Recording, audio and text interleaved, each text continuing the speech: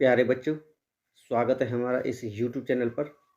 आपको हम कक्षा 6 के जो लेसन 7 है इसका पार्ट 1 लेके आए हैं। इसके जो प्रश्न हैं वो सभी तरह के प्रश्न हैं। इसमें कुछ आए हुए प्रश्न भी हैं और कुछ मेरे द्वारा निर्मित अच्छे प्रश्न भी हैं। याद रहे, ये इतने महत्वपूर्ण प्रश्न हैं कि आपको एक बार तो इनको पढ़ लेना चाहिए या कर लेना चाहिए। और हाँ, जो पिछली क्लास है उसमें हम कक्षा 6 के जो लेसन 6 है यानी अध्याय 6 है उसके दोनों पार्ट कवर कर चुके हैं। आप प्लेलिस्ट में जाकर के वीडियो है, आप देख लीजिएगा। चलते हैं, शुरू करें आज की बात हम। आपके पहले जोश भरे कदम से पता चलता है कि आपकी सफलता कितनी बड़ी होगी। तो प्यारे साथियों, जोश बरकरार रखिए। मेहनत करने के लिए एनर्जी की आवश्यकता होती है, वो एनर्जी आप बना के रखिए। हम शुरू करें आज की क्लास को। क्वेश्चन 1। हाँ, एक चीज़ और, ये सीरीज जो आज नहीं चली, कुछ क्वेश्चनों की मैंने क्या है कि उनका क्रमांक 1 से शुरू ना करके उनको पीछे वाले क्वेश्चनों से ही कनेक्ट करके शुरू किया था। अब हम अलग अलग चैप्टर के अलग अलग क्वेश्चन के हिसाब से करेंगे सेट। जैसे इसमें क्वेश्चन 1 से क्रमांक शुरू हो रहा है और पिछले वाले में अलग से था। तो शुरू करें हम आज की क्लास। तो अपवाह क्षेत्रों के मध्य की उच्च भूमि जो वर्षा जल को विभिन्न दिशाओं में विभक्त करती है उसे विभाजक रेखा कहा जाता है। जो वर्षा जल को विभक्त करेगी विभिन्न दिशा में वो जल विभाजक रेखा कहलाएगी। तो इसका सही विकल्प है बी, जल। इसका मतलब वो जल विभाजक रेखा कहलाएगी जब दो अपवाह क्षेत्रों के उच्च भूमि के जो जल है उसको विभिन्न दिशाओं में व्यक्त करेगी। नेक्स्ट क्वेश्चन, राजस्थान में जल विभाजक है। राजस्थान में जल विभाजक आपके सामने ऑप्शन है, चंबल नदी है, अरावली पर्वत है, शेखावाटी क्षेत्र है, बंगाल की खाड़ी। तो राजस्थान में जल विभाजक का काम अरावली करता है क्योंकि एक तो इसकी ऊंचाई, राजस्थान में सर्वाधिक ऊंचा भूभाग है। दूसरे इसकी जो स्थिति है वो दक्षिण पश्चिम से लेकर के उत्तर पूर्व तक की है। तो राजस्थान को वैसे भी दो भागों में विभाजित किया जाता है, यानी कि कर देती है। तो इसका सही विकल्प अरावली पर्वत होगा, बी। नेक्स्ट क्वेश्चन, राजस्थान के अपवाह तंत्र का हिस्सा नहीं है। आपको बता दें साथियों, राजस्थान में 3 तरह का अपवाह तंत्र है, आंतरिक अपवाह तंत्र, अरब सागरीय अपवाह तंत्र और बंगाल खाड़ी अपवाह तंत्र। तो इनमें से बी जो है हिमालय अपवाह तंत्र, ये नहीं होगा, यानी कि ये विकल्प गलत है। ये अपवाह तंत्र का हिस्सा नहीं है, किसके, राजस्थान के। नेक्स्ट क्वेश्चन की बात करें, बंगाल की खाड़ी के अपवाह तंत्र में शामिल नहीं है। बंगाल खाड़ी में बंगाल खाड़ी अपवाह तंत्र क्या है? ऐसी नदियाँ, राजस्थान की ऐसी नदियाँ जो किसी न किसी की सहायक होके या किसी नदी मिल करके वो बंगाल की खाड़ी वाले तंत्र में जाती हैं। ऐसी नदी जो बंगाल खाड़ी में गिरती हैं वो बंगाल की खाड़ी के अपवाह तंत्र की नदियाँ हो गई। तो बंगाल खाड़ी में गिरने वाली नदी उनमें सहायक होती है या किसी भी इनडायरेक्टली डायरेक्टली जाती है। तो कौन कौन सी ऐसी नदियाँ हैं जो बंगाल की खाड़ी के अपवाह तंत्र में शामिल नहीं हैं? यानी कि बनास पार्वती है, क्योंकि बनास पार्वती चंबल की सहायक होकर के चंबल है वो यमुना में मिलती है, यमुना जाती है बंगाल खाड़ी में। ऐसे काली सिंध है काली सिंध भी चंबल नदी में मिलेगी। जो चंबल नदी में मिलेगी वो सारी किसकी है? बंगाल खाड़ी की। तो माही नहीं, ये नहीं हो सकता क्योंकि ये अरब सागरीय नदी तंत्र का है। ये माही है जो अरब सागर में जाकर के गिरती है। गंगा यमुना ये तो है ही। इस प्रश्न का सही विकल्प होगा सी, माही, जो बंगाल खाड़ी के अपवाह तंत्र में शामिल नहीं है। नेक्स्ट क्वेश्चन, अब अरब सागर के अपवाह तंत्र में शामिल नहीं है, यानी कि बाकी तो इनमें से एक विकल्प में ऐसा है जो अरब सागर के अपवाह तंत्र में शामिल नहीं है, बाकी के हैं। तो माही और लूनी ये दोनों अरब सागर के अपवाह तंत्र में शामिल हैं। पार्वती नहीं है क्योंकि ये बंगाल खाड़ी की अभी हमने चर्चा की। साबरमती भी है, पश्चिमी बनास भी है। याद रखना, जब अगर बनास ही आता है केवल तो बंगाल खाड़ी, लेकिन पश्चिमी बनास साथ आता है तो ये होगा अरब सागर। ये अरब सागर के अपवाह तंत्र में शामिल है पश्चिमी बनास, याद रखना। तो इस प्रश्न का सही विकल्प कौन सा है? पार्वती, क्योंकि पार्वती तो बंगाल खाड़ी अरब सागर नदी तंत्र की हिस्सा है। आगे नेक्स्ट क्वेश्चन, आंतरिक अपवाह तंत्र में शामिल नहीं है। अब आंतरिक अपवाह तंत्र की कुछ नदियां हैं जो अरब सागरीय अपवाह तंत्र का हिस्सा भी नहीं है, और बंगाल खाड़ी अफवाह तंत्र में भी शामिल नहीं है।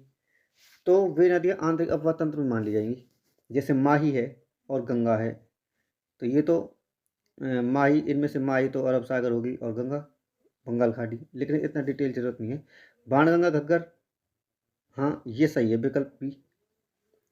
ये सॉरी, इसमें पूछा है अफवाह तंत्र में शामिल नहीं है। बाणगंगा घग्गर तो अफवाह तंत्र में शामिल है। कांतली और साबी ये भी है। रूपारेल मेंढा ये भी है। तो इस प्रश्न का जो सही विकल्प है, इसने पूछा है कि अफवाह तंत्र में शामिल नहीं है। प्यारे साथियों, इस नहीं विकल्प को जरूर देखा करें, कभी कभी ये कन्फ्यूजन पैदा करता है। तो इस प्रश्न का सही विकल्प है ए, माही और गंगा। आगे चलें। क्वेश्चन नंबर 7, आंतरिक अपवाह क्षेत्र से किसका साम्य है? आंतरिक अपवाह क्षेत्र के कुछ पॉइंट हैं, यानी कि उनका जो संबंध है कुछ बातों से, तो वो कौन सी हैं? एक तो समुद्र तक नहीं पहुंचती, क्या? नदियाँ ऐसी जो समुद्र तक नहीं पहुंच पाती, यानी कि नदी के स्थल भाग में भी विलुप्त हो जाती है। नदी झील में मिल जाती है, या फिर वो नदी झील में मिल जाती है। तो इसका विकल्प डी सही होगा, उपरोक्त सभी। नेक्स्ट क्वेश्चन, बनास, कालीसिंध, पार्वती और चंबल नदियाँ किस नदी में मिल जाती हैं? तो अभी बताया, बनास है, कालीसिंध है, पार्वती है। ये तीनों किसकी हैं? चंबल नदी की सहायक नदियाँ। तो चंबल नदी खुद किस में जाकर के मिलती है? यमुना में, इटावा के पास। तो इसका सही विकल्प है A, Yamuna. Next question, 9 question, Chambal नदी से संबंधित सही विकल्प है। चंबल नदी से संबंधित उद्गम मध्य प्रदेश में विंध्याचल पर्वत, सही है। राजस्थान की सबसे लंबी नदी है, एकमात्र वर्ष भर बहने वाली नदी है राजस्थान में। अतः विकल्प सी सभी सही हैं, डी होगा, सॉरी हाँ विकल्प डी सही होगा, सभी सही है। नेक्स्ट क्वेश्चन 10वां, चंबल नदी का प्रवेश भैंसरोडगढ़ से होता है, यह किस जिले में है? प्यारे साथ याद रखना है, ये चित्तौड़गढ़ जिले में है। नेक्स्ट क्वेश्चन, चंबल नदी किस जिले में नहीं बहती? चंबल नदी की थोड़ा बात करें तो साथियों, देखिए आपको राजस्थान के मैप में अगर बात करें, यहाँ जैसे ये यहाँ से प्रवेश करती है चित्तौड़गढ़ भैंसरोडगढ़ से। यहाँ झालावाड़ में नदी नहीं जाती है। चित्तौड़गढ़ से निकलकर ये जाती है बूंदी, कोटा, फिर इधर बूंदी हो गया, इधर कोटा हो गया, फिर ये इधर से निकलती है करौली, सवाई माधोपुर, करौली, धौलपुर, और यहाँ से निकल जाती है। तो इसमें कौन कौन से ज़िले हैं जिसमें नहीं बहती है? तो किसका नाम दे? चित्तौड़गढ़, कोटा का नाम आया, सीकर जयपुर का संबंध है ही नहीं। तो इस प्रश्न का विकल्प तो बी है जो सही है। बूंदी, सवाई माधोपुर है, जो ये भी हाँ इसमें से भी होकर जाती है, बताया करौली, धौलपुर, ये तो है ही। तो नेक्स्ट क्वेश्चन 12 चलते हैं आगे। इस प्रश्न का सही विकल्प क्या होगा 11वें का? सीकर जयपुर। अच्छा चलते हैं 12वें क्वेश्चन, कौन सी नदी चंबल की सहायक नदी नहीं है? चंबल की नदी नहीं है, इसका मतलब है जो ऐसी नदी है जो चंबल में जाकर के नहीं मिलती है। तो बनास और बेडिच मिलती है, लूनी नहीं मिलती, ये अरब सागर की है। कोठारी, कालीसिंध ये भी सही है, डी भी सही है। तो प्रश्न का विकल्प बी सही होगा, लूनी, जो चंबल की सहायक नदी नहीं है। नेक्स्ट, राजस्थान का औद्योगिक नगर कोटा किस नदी के किनारे है? अभी बात की चंबल के किनारे है, चंबल नदी के किनारे कोटा जो औद्योगिक नगर है वो स्थित है। नेक्स्ट क्वेश्चन, कौन सी नदी राजसमंद, ध्यान रखना, चित्तौड़गढ़, भीलवाड़ा, टोंक जिलों में बहकर सवाई माधोपुर के रामेश्वर के निकट चंबल नदी में मिल जाती है? यह आपकी नदी है बनास, याद रखना साथियों। नेक्स्ट क्वेश्चन, बनास नदी से संबंधित सही विकल्प ढूंढना है। उद्गम राजसमंद जिले की खमनौर पहाड़ी से, बिल्कुल सही है, मौसमी नदी है। यह पूर्णतः राजस्थान बहने वाली सबसे लंबी नदी है। ध्यान रखना, सबसे लंबी नदी चंबल है, लेकिन पूर्णतः राजस्थान में बहने वाली, चंबल तो पूर्णतः राजस्थान में नहीं बहती, वो तो बाहर भी चली जाती है, बाहर से ही आ रही है। तो ये पूर्णतः राजस्थान बहने वाली पूर्णतः कौन सी है? सी। अच्छा अतः सॉरी, इसमें हाँ विकल्प तो उसमें डी है जो सही है, सही सभी सही है, यानी कि 15वें क्वेश्चन के सारे विकल्प सही हैं, अतः इसका डी सही होगा, सभी सही है। क्वेश्चन 16 में बात करें, बनास नदी से संबंधित सही विकल्प है। बनास नदी की बात करें तो देखो, कुल लंबाई 480 किलोमीटर, सही है। सवाई माधोपुर एवं टोंक बनास नदी के किनारे हैं, बिल्कुल सही है। बनास नदी की प्रमुख नदियां हैं, सहायक नदियां हैं, मैनाल है, कोठारी, बेडच, खारी, बिल्कुल सही है। अतः विकल्प डी, उपरोक्त सभी सही है। नेक्स्ट क्वेश्चन बात करें 17वां, अजमेर जिले में गोविंदगढ़ के निकट सरस्वती व साबरमती नामक दो धाराओं के मिलने से लूनी नदी का उद्गम होता है, और हाँ, लूनी नदी का पानी बीकानेर के जो बीकानेर नहीं, बाड़मेर का जो बालोतरा का क्षेत्र है वहाँ तक मीठा होता है। उसके बाद लूनी नदी का पानी खारा हो जाता है। लूनी का नाम में ही नमक है, लूनी। तो कौन सा खारा होने के कारण, तो वहाँ के तो कुछ चट्टानीय विशेषता भी है। वहाँ की जो धरातल है उसमें थोड़ा लवणता ज़्यादा है, जिससे वो घुल जाती है नदी में। चलते नेक्स्ट क्वेश्चन, कभी चर्चा करेंगे इस पर डिटेल में। कौन सा विकल्प सही है? लूनी नदी अजमेर, नागौर, पाली, जोधपुर, बाड़मेर, जालौर आदि जिलों में बहने के बाद कच्छ की खाड़ी में मिल जाती है। बिल्कुल सही है, बिल्कुल सही है साथियों। बाड़मेर जिले के बालोतरा तक लूनी नदी का जल मीठा होता है, इसके बाद खारा हो जाता है। ये भी सही है। तो दोनों विकल्प सही हैं। विकल्प सी सही होगा, ए व बी दोनों। लूनी नदी की नेक्स्ट क्वेश्चन, लूनी नदी की सहायक नदी है जवाई और जोजरी। बिल्कुल है साथियों।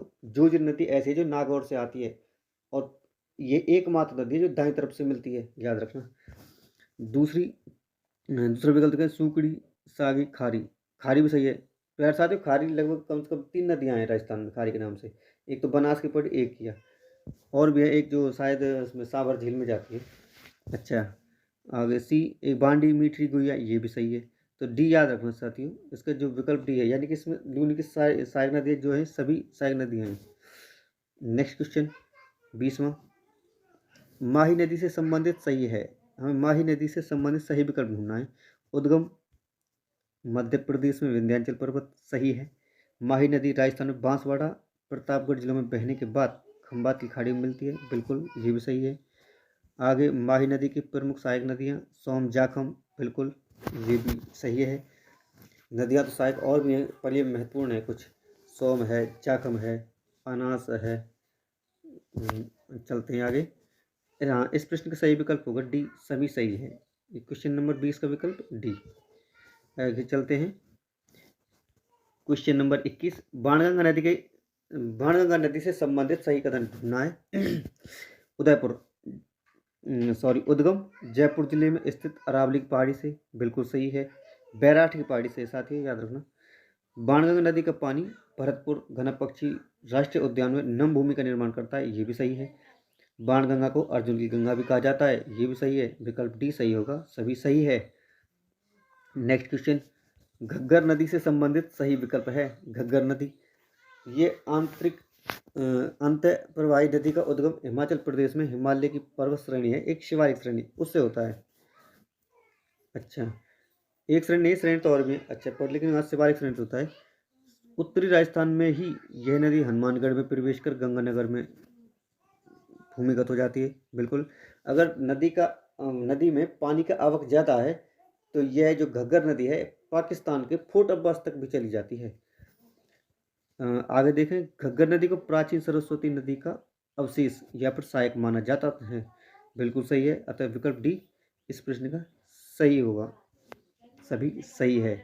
और हाँ, घग्गर नदी प्रवेश कहाँ से करती है राजस्थान में? तो टिब्बी से करती है, टिब्बी जो हनुमानगढ़ में है। चलते हैं नेक्स्ट क्वेश्चन।